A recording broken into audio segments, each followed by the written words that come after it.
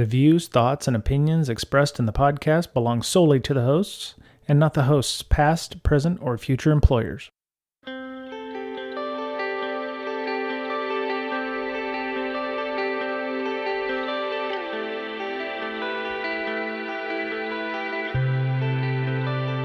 Hello, everybody. Welcome back. It's Brian and Miss Berlin for Breaking Down Security. Yay. Wow. Is that just a thing that the space gets larger That's every it. week? You know, That's all I got. I know you were probably waiting for Mr. Betcher and you feeling a little left out, but he's not here this week, so... I was feeling left out. Well, his yays are so much better than mine. Yes, they are. Yes, they are. I've never heard him yay. I'm never heard him yay. I'm getting a signal. Yes, they are, in fact, better. So Mr. Betcher's not here to defend himself this week, unfortunately. He and his family are taking a road trip. I don't know where. If you know, you're a better person than I am. But dude loves him some driving. I tell you what, Me too, man. I think it's fun. No. Depending on the company. No, like I don't want a road trip on myself, but I will drive with people I enjoy hanging out with. Oh God, I am an airport driver. I drive to the airport to get on a plane and drive there and fly there in 3 hours. That is me. I do not drive.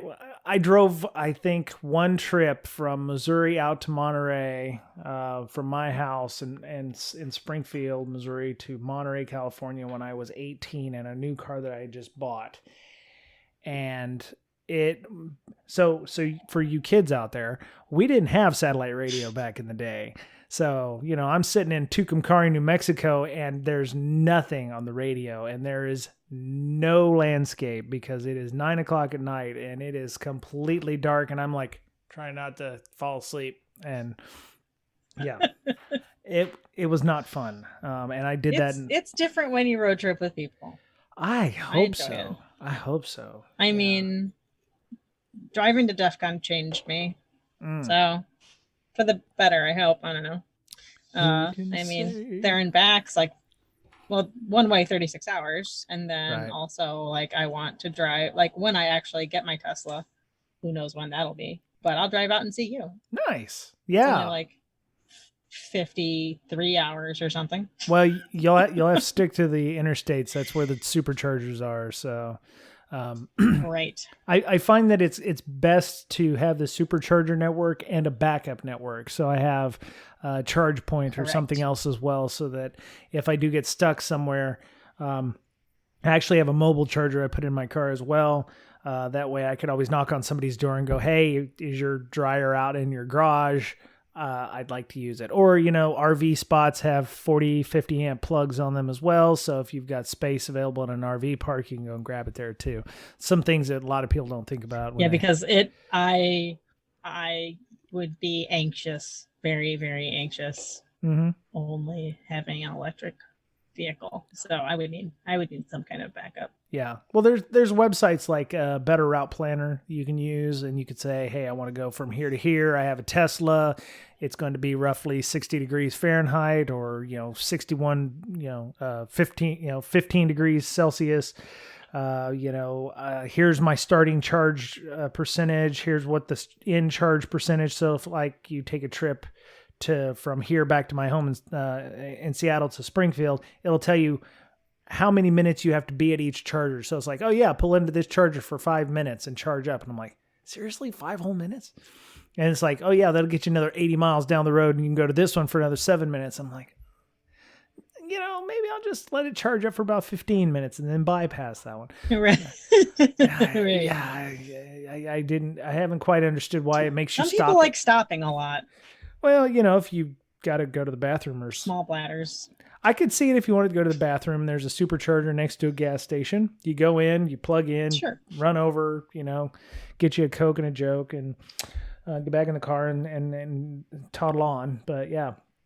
So, Mr. Betcher, he's driving, and hope he drives safely. There's not crazy people out there who just, trying to make things happen. Yeah. I mean, he's driven all the way up from Austin to see me here in Seattle. So He loves him some driving. Yeah. But he's got 5 kids that are actually, I think 3 kids that are driving age now. So it's kind of fun. So, but we miss him, and he'll be back next week. And I'd say we've done almost 20 straight weeks of interviews. So we were just going to do a little news this week. So sorry. And Brian didn't want any of that. So what? Wow. So he drove away. That's true. Yeah.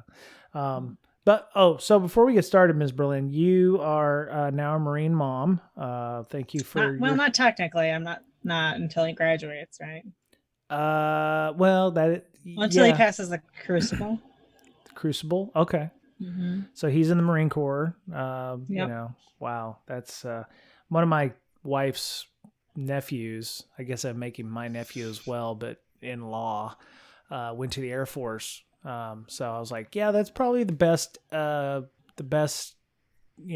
group if you want to, get a more futuristic education. I was in the Navy myself. Depends on, which job you do there. They all make fun of each other. Doesn't matter where you go. They do. And, to be fair, it's all in good fun. Yeah. Mostly sometimes. But he's a ripped young man. He'll do fine physically. That's good. That's good. Yeah.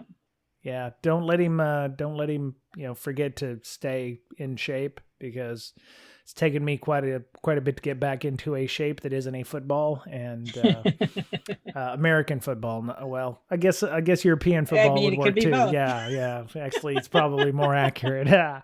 But I always found when I was on Air Force bases, the food was far better than the Navy bases, and so he told me to stock up on MREs because he loves them. I read that note. Yeah. Do you like that? Yeah. There's so many people have so many different ways of eating various things in there. It's like, different recipes and formula, like the hot sauce goes in certain things, and you always save the cupcakes for last because they're supposed to be like a meal a day or something like that. They got like 15,000 calories or something in them. So yeah, he could eat probably several a day. Yeah, well, it's one of those kids that just can constantly eat and never gain any weight. I was that way too, and then I stepped on a scale and I weighed 260, and I was like, yeah, just wire my mouth shut after you punch it. So, but yeah, so I appreciate it, and a lot of people don't think about the people in their lives. When people say thank you for your service, they're doing it to veterans, but wives, husbands, partners, mothers, fathers of these people, they all, contribute as well. So thank you for your service as well. So, because you're giving him. My job's done. That's right. Well, you're giving him to the government for use for an indeterminate amount of time, depending on how well he likes it. So we appreciate that. Thank you. Yeah, he's wanted to do it since he was young. So. Right on.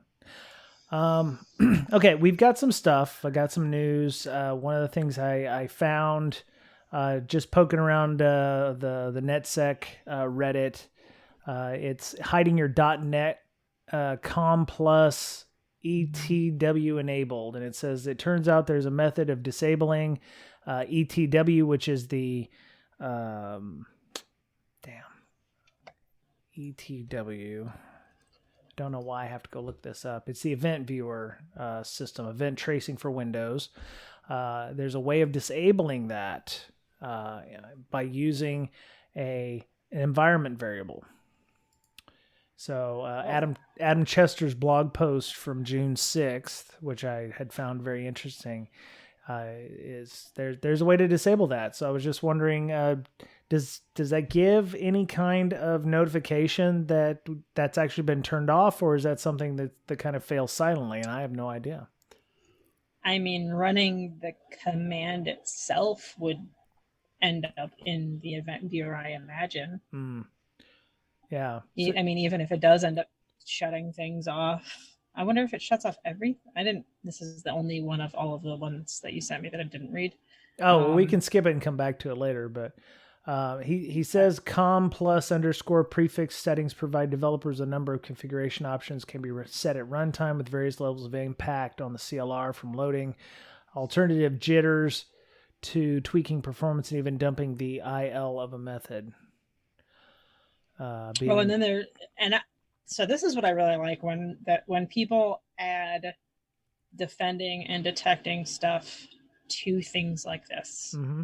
So like, good job, Adam, because like a very small percentage of people that write offensive stuff add any kind of defensive stuff to it. Yeah. And at the end, it said, for defending against this, there's an awesome set of notes from Roberto Rodriguez, who we've had on the show. Details a number of detections and mitigations that can be used to detect and protect an environment. And he has another blog post that it sends you to. Yep. But yeah, I mean, just the fact that he points out that there is defending and detecting against that is fantastic. Yeah. So the .NET runtime and event provider requires a setting com+_etw enabled equals 1 in your process environment. Setting that to 0 apparently changes all of your .NET framework logging and your and changes a bunch of stuff. So that's what you see if you go to Cyber War Dog or Roberto Rodriguez's site, his GitHub. Let me put that link in the show notes to that. It does generate a 4657 event. Is that a fairly well known 40 process? Is it process create?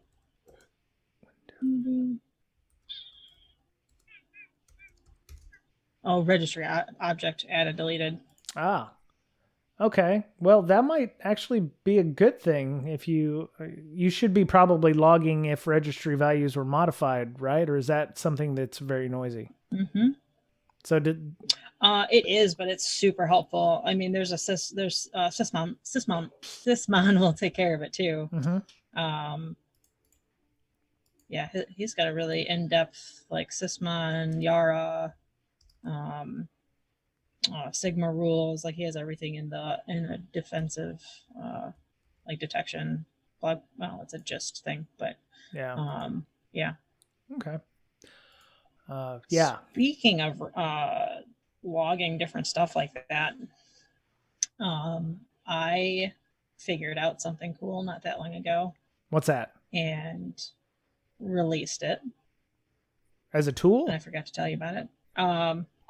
It's not really a tool. It's more of just like I can't believe nobody else did this before, so I just went ahead and did it.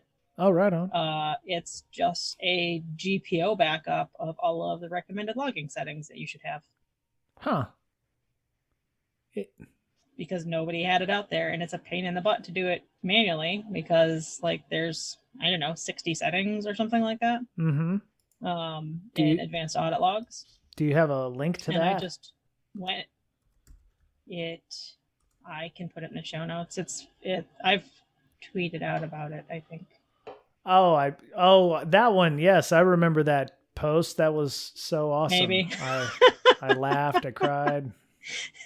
Our marketing people called it something weird.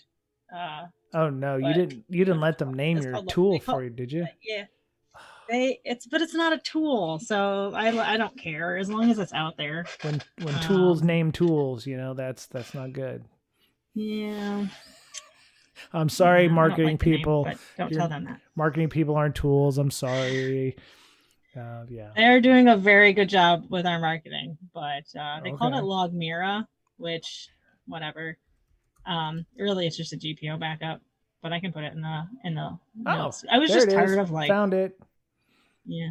I was just tired of having to do it all the time because I've made like 10 labs over the last couple of years, and I just have to manually go in all the time and set all this crap. Yeah. It's way easier just to import it to GPO. Blumera's senior incident but response that will turn engineer. on registry. Nice. Has created. That will turn on the registry addition creation and stuff.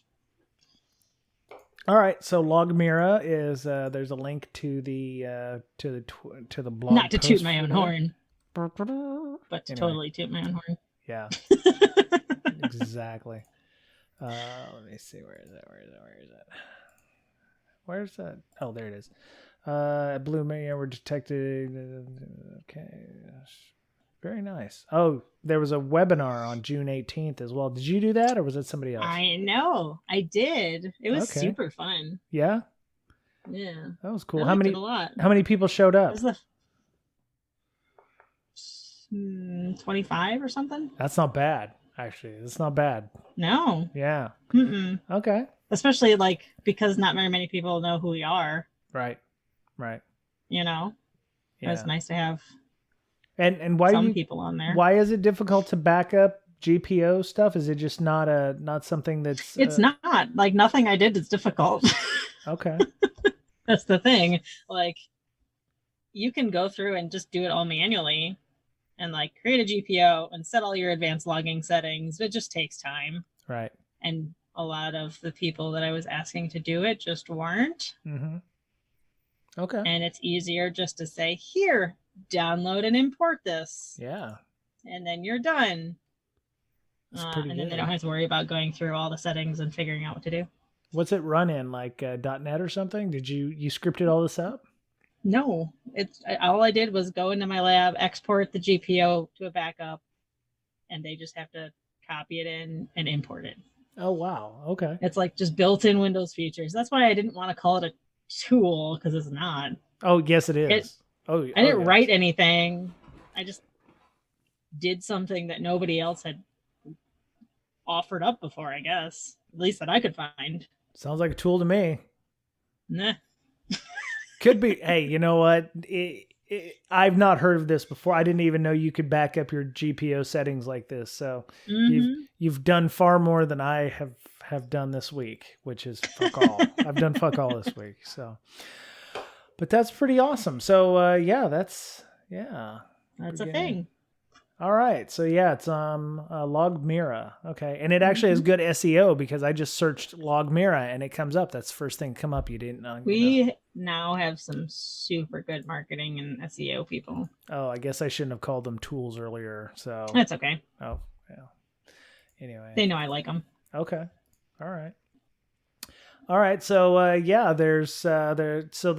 so we were talking about disabling event logging for Windows, or ETW, and that generates a 4657, which means that there's been a registry change or a modification, which is usually an indicator that something is going on inside the registry that shouldn't be. Sometimes that can be noisy, sometimes it isn't, but I guess it depends. I mean, because it's going to log all of your registry changes. Right. Okay. Which there's a lot of, right? Mm-hmm. But okay. I mean, systems now can handle logging all of that stuff. Right. Like back when it was NT, XP, server 2000 or whatever, I don't think they could handle it because you didn't always have the beefiest boxes or whatever. Right. Right. So if you're still running on shit hardware, maybe it still can't, but yeah. Okay. It's anything now should be able to. Nice. Okay. How would you, so we're talking about logging. So, you're the MITRE queen. So how would this stack up inside the MITRE matrix? Would this be something with registry modification? Would this be logging? Because my question, and we talked about this before, was like, can one attack be two different things in the matrix? So if this is where something is disabling logging, but also making modifications to the registry, one attack could actually be two different things on the MITRE. Okay. Yep. Okay. And there may actually be more depending on how you want to classify this, or what what the outcome of it is versus what it exactly is doing. So cool. Anything else you'd like to add to that before we continue on? I mean, it won't log that. What event did I say that was? That's like 4657. It won't log that by default. Oh, okay. So you'd need another tool to make sure that logging is set up properly, like Mr. Betcher's LogMD stuff, or if you don't have something to set that up yourself. Either Sysmon or just those GPOs. Okay. All right. Because it does it standard. It doesn't do it standard, but it will if you turn it on. Right. And after, I don't know if this is still the same, but we've had Michael Goff on in the past when he said that updates are ran or patch Tuesdays are ran, sometimes it'll reset all your logging stuff. So the backup, the GPO backup stuff that you're doing, would you have to reapply that, or is that something you want to do on every startup, or only when there's major changes to your GPO?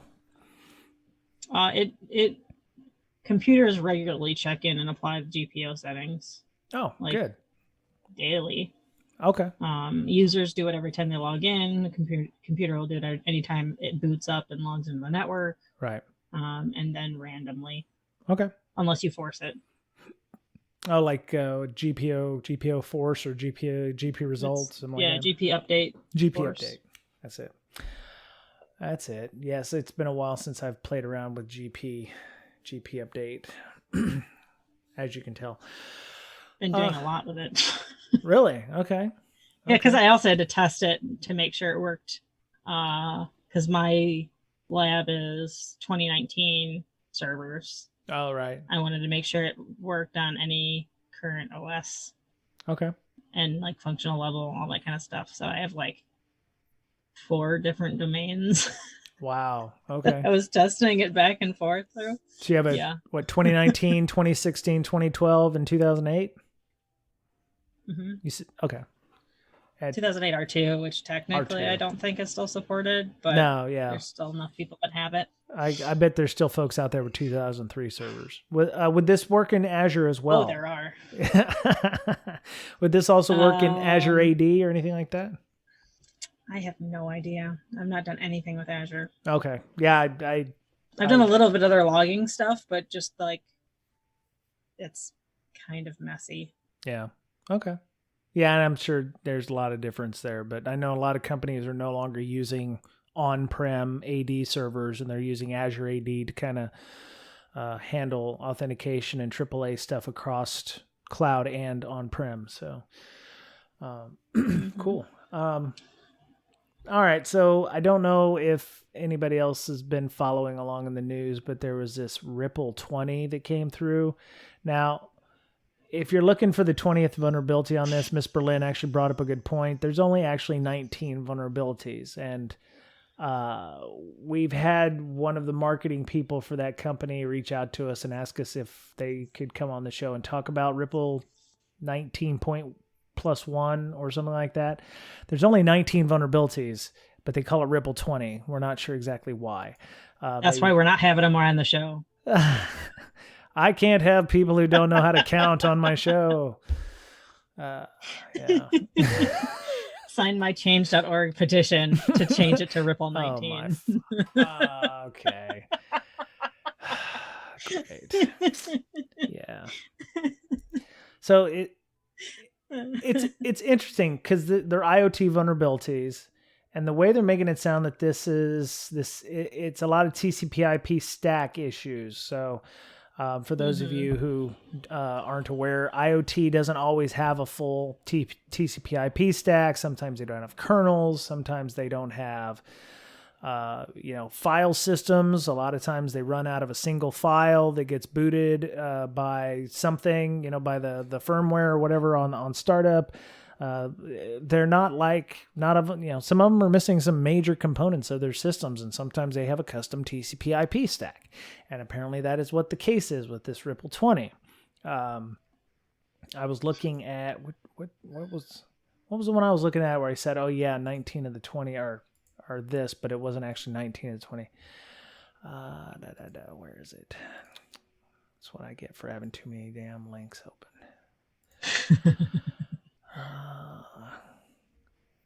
It was the Tenable post. What were you looking for? Sorry? Oh, the Tenable one? Yeah, it was the Tenable blog post. That's what it was. So I actually pulled that up. It says, researchers discovered 19 new zero-day vulnerabilities in TCP/IP software library developed by Trek.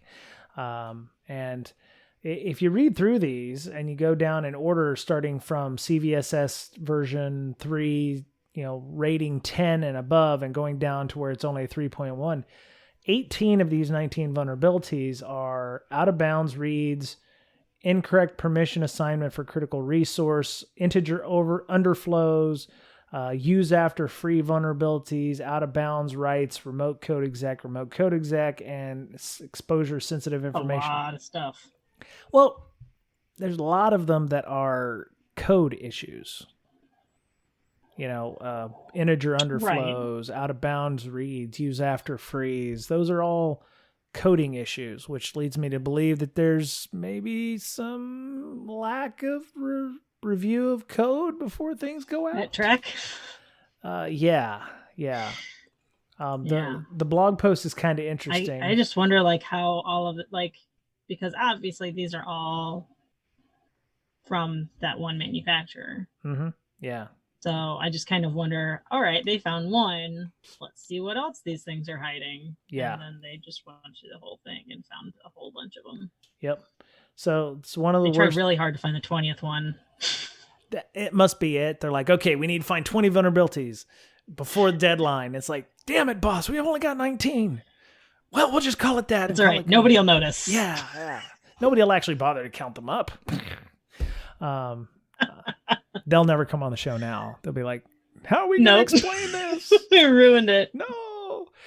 But so it says 2020 11/8/96. We're already at least 12,000 vulnerabilities for the year, and it's only June. Improper handling of a length parameter inconsistency in the IPv4 UDP component when handling a packet sent by an unauthorized network attacker. This vulnerability may result in remote code exec. And then they have the IPv6 version, which is also that just results in an out of bounds right. But yeah, their IPv4 and their TCP stack is pretty banged up. And where's the whole post on this? It said that the company actually reached out to the Israeli-based company. And let's see. Wait, I thought Trek was in Cincinnati. Oh, I'm sorry. The company JSOF is in Jerusalem, Israel. That's what it is. Oh, okay. And then they reached out to Trek, which is in, you're right, Cincinnati. I got it mixed up. Yeah. And they said, JSOF said this operation involved a lot of work and different steps, getting Trek on board, making sure Trek has patches on time, and then finding all the vulnerable equipment and reaching out to each of the impacted vendors.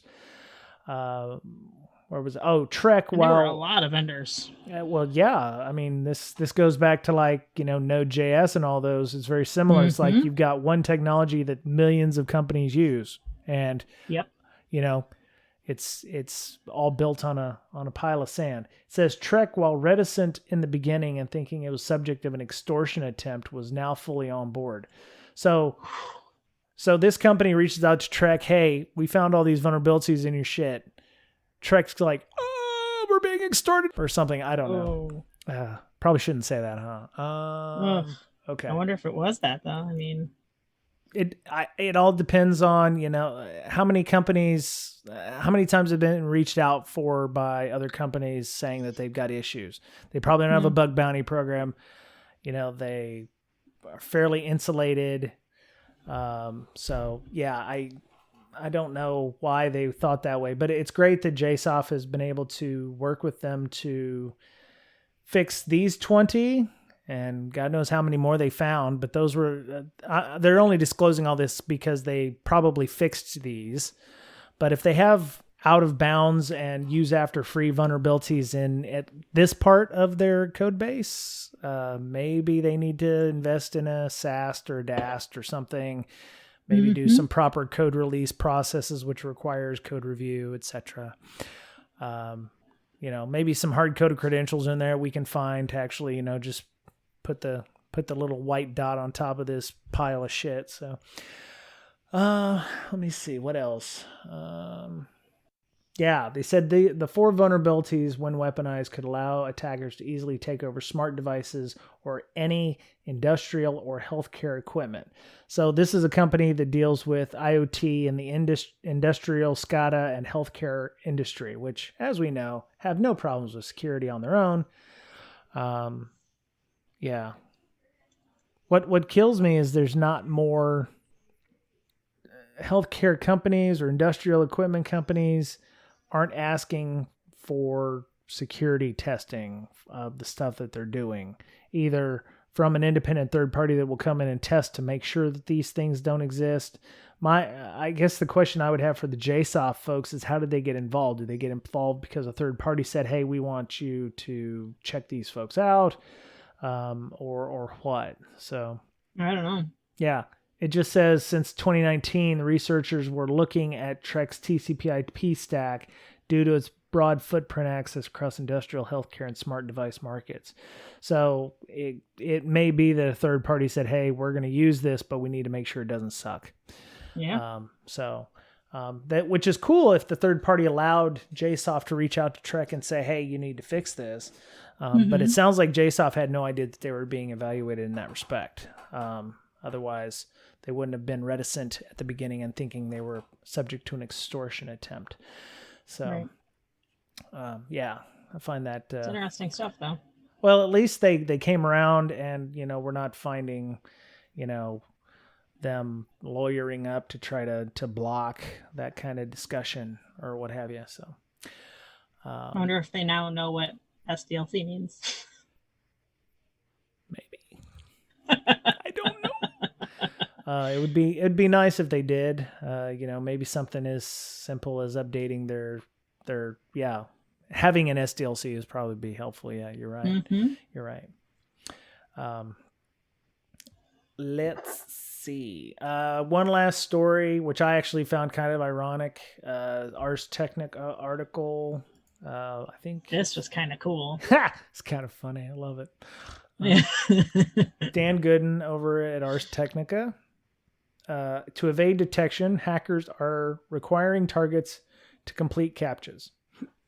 Oh, excuse me. All right. So it says, so captchas are those things where it's like, you try to sign in, you're not a robot, pick the 5. What's that? I was going to say, how many squares contain a bush? Right. Or, my old ass eyes, it's like, oh yeah, I can't, click all the ones that have cars in them. And I'm like, I can't see the ones that have cars in them sometimes. But apparently hackers or bad actors in this case are actually using captchas to halt automated scans of malware sites or what have you. So this come from... This is genius. I like it. Well, I'm surprised they didn't think of this before. Yeah, using the technology that we're supposed to be using to try to stop spammers and bots and stuff from signing up for accounts. So Microsoft found this. It says they recently spotted an attack group distributing a malicious Excel document on a site, requiring users to complete a CAPTCHA, most likely in an attempt to thwart automated detection by good guys. The Excel file contained macros that, when enabled, installed Gracewire. Trojan steals sensitive information such as passwords. Attacks are the work of a group Microsoft calls Chimborazo. Sorry if sorry, threat actors, if I've mispronounced your name. Sorry about that. They've been tracking since at least January. So they click on the link or the attachment, and it requires the CAPTCHA to be pulled down. So you can't just automatically click on the link and download the Excel document. So if somebody sends that to you in a link and an email, the automated email system, opens up a browser and then it gets to the CAPTCHA screen. And since the automated system that would be scrubbing your attachment can't do that, like a lot of email systems, the zip file that's encrypted never gets scanned. It's just, oh yeah, it's a zip encrypted file. It must be okay. It's good. In this case, the CAPTCHA halts the automated scanning system, and then it can't automatically, find out if the Excel spreadsheet is bad. So it's kind of an interesting way of halting that. So I feel like, though, if they're doing it in line, like there's just some endpoint stuff that does that inline, right? It'll sandbox something before, like after you download it, before you get access to it, right? Well, yeah, so I feel like that would still work. Unless if the endpoint security solution can defeat the CAPTCHA, because the idea is like the user the user clicks on it, puts in the Oh, captcha, yes, downloads it, and yes. then it scans. I could see that being yeah, that would working. work. Yeah. Um, Mhm. yeah, you'd still have to capture I it that think way. it works like that still. No, that would make the most sense, I would imagine. Yeah. I'm trying to figure out. So Chimborazo, it's they're deploying info stealing Trojan. They've evolved their methods once again into constant pursuit to avoid detection. So the group is now using websites with capture to avoid automated analysis. Yeah, so that's according to Microsoft Security Intelligence, and maybe they're trying. Maybe they wanted to stop a specific type of technology from doing it because they knew whoever they were targeting couldn't use couldn't use the the automated system. So maybe a proof point or something out there. Oh yeah, it automatically goes out, downloads those, or it compares the file hash before it allows you to download it. And if the captcha is in place, then it can't go to VirusTotal and compare file hashes. So, but yeah, I like your idea about using it in a sandbox before that happens. So, yeah. Huh. Well, I don't think I have anything else this week. Did you have anything? You said you were on a podcast a couple of days ago. Which podcast was that? And what were you talking about? I think it's just called the SciDef podcast. It didn't ask. I think it's just SciDef. CYDEFE. Yeah. SciDef podcast. Yeah, which we had Ray on. We talked about creating CTFs, I think. Okay. When we had him on last. That's great. And it was good. We talked about also the Ripple20 thing. Mm-hmm. And is that light phone? Light phone. Can't remember the name of it. Yeah, it's security researchers found that you could, using a telescope and some kind of device, actually watch the reverberation and the vibrations on lights, like light bulbs, and run it through like some thing and figure out the audio that was in the room. Oh wow, that's interesting. So it uses a scintillation from the lights to do so. Okay. Yep. I won't. When I was in the Navy, there was some things that were going on in a place that I can't talk about that worked with atmospheric scintillation, but I can't talk about that. Okay, that's interesting. Yeah, I actually did not know that scintillation occurs. So yeah, that would make sense. Okay, I could see the sound waves bouncing off the light, potentially the glass refracting or bending the light, and okay. Yeah, like super interesting. Very interesting. Yes. Let me see if you have a link to that podcast. That would be interesting. I don't know if he's released it yet, but I can find it. Okay. All right. Well, we'll just make sure that we pass it along to our Slack members and also to our own listeners on Twitter as well when that happens. So, I had something I wanted to talk about with regard to communications management from security/PM point of view, but I think we could probably hold on to that for a later date. Right. Yeah. I'm still fleshing that idea out. So, I am looking for somebody that does work in SDLC stuff. There is a cert. Did I talk about the book that I was reading and reviewing that I hated? No, you did not, but now we are. Okay. I'm not going to say what the title of the book is. Good. But yeah, okay, great. I was asked the first time to do it like a year ago and couldn't make it through the first chapter before I sent it back and said no.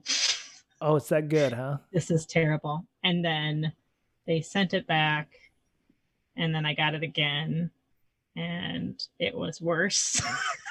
Wait. How could it be worse?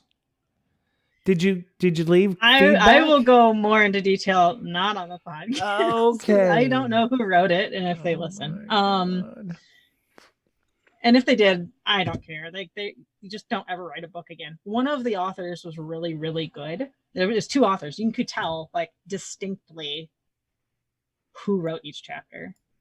Really? And, like, it was one of the big worries I had when Lee and I wrote. Uh-huh. Like, I read through all of his chapters. He read through all of mine. Like, I wanted it to sound like it was one person that wrote it. Oh, right. Same voice. Same voice. Yeah, right. Right. And you could have thrown out half of this book and just used the other half. And I said it. So after I sent it back again, they're like, no, we really, really, really want you to review this because we know that you're going to tell us the truth. I'm like, all right, just don't attach my name to it. And I'll do it anonymously. The author said this, or the publishing company said this? The publisher. Okay. Yeah. And I'm like, okay, I'll do it anonymously if you really, really want me to. And I gave it to him. Well, are there animals on the cover of this potential Maybe. book? Oh God. Maybe. Now I'm uncomfortable. But the stuff that was on there, like they wanted it to be a book for beginners. And okay. The good writer was very advanced. And I think if they end up taking that content and turning it into an advanced level book, it would be good. Oh, okay. But they just emailed me yesterday asking if I knew any software developers that worked in security. Okay. That could also look at it. Right on. So if anybody is interested in being a tech reviewer. Yeah. Reach out to Miss Berlin, who can pass your name along. I'll show you some of the comments later. Oh my. Okay. Yeesh. Yo. Okay. Well, on that note, let's go ahead and end the show. Miss Berlin, how would people find you if they wanted to discuss more about event logging for Windows or Logmira, or maybe have some feedback about Logmira that they would like to add? You can get me on Twitter at InfoSyster, INFOSYSTIR. Okay. And your mental health hacker stuff is still going on, yeah?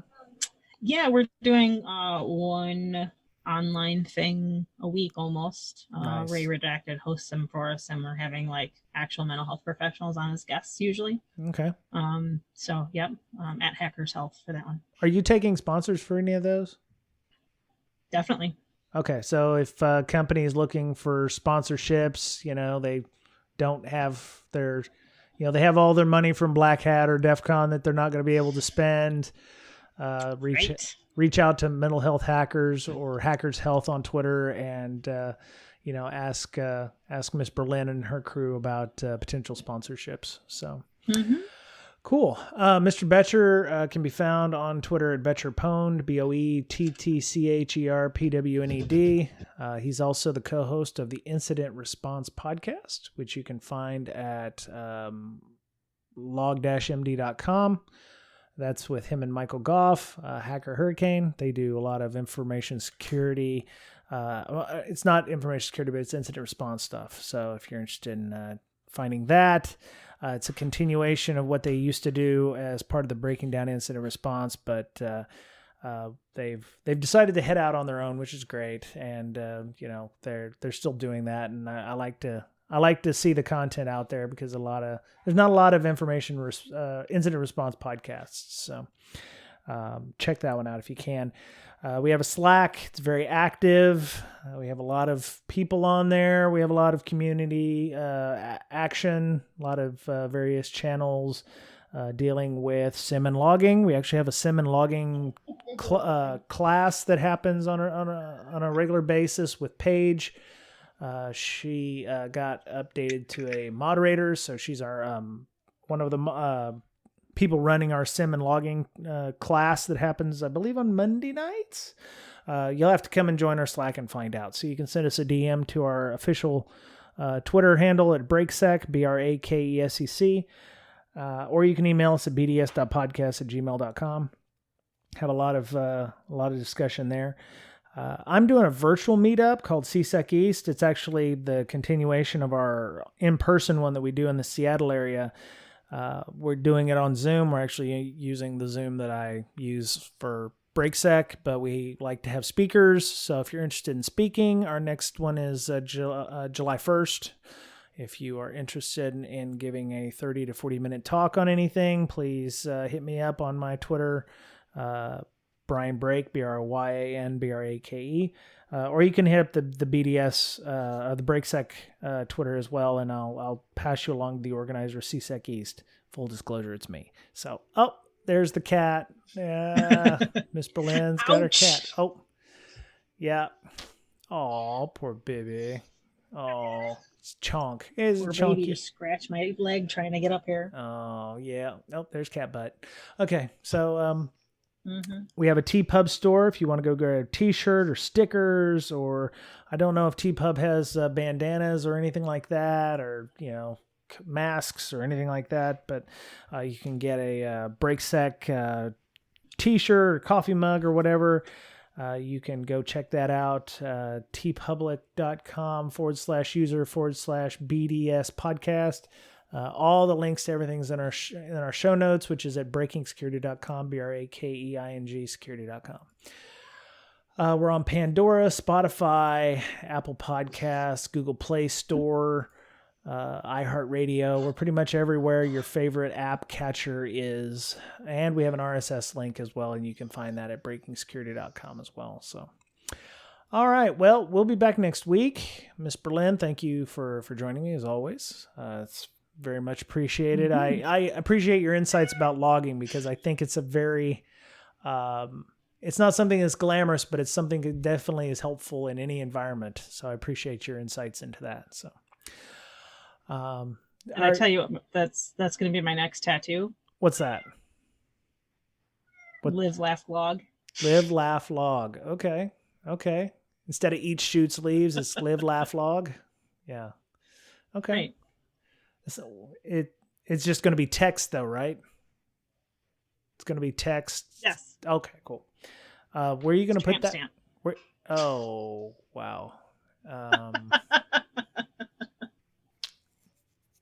Maybe you could put Windows event IDs instead, 4657. Ooh, I like that. Oh, wow. That's a good idea.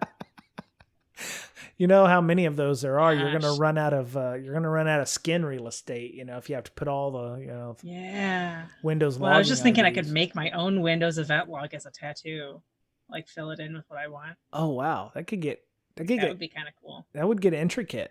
That would get, how hard is it to actually... Like just the XML of it? Well, yeah. And, what happens if you use a font that's copyrighted, You can't use our, Helvetica bold or some shit like that. I don't think it matters. Oh, really? It's art. Oh, okay. Yeah. I was unaware of that. I don't like needles, so yeah. I'm not selling it. Oh, that's true. That's true. Okay.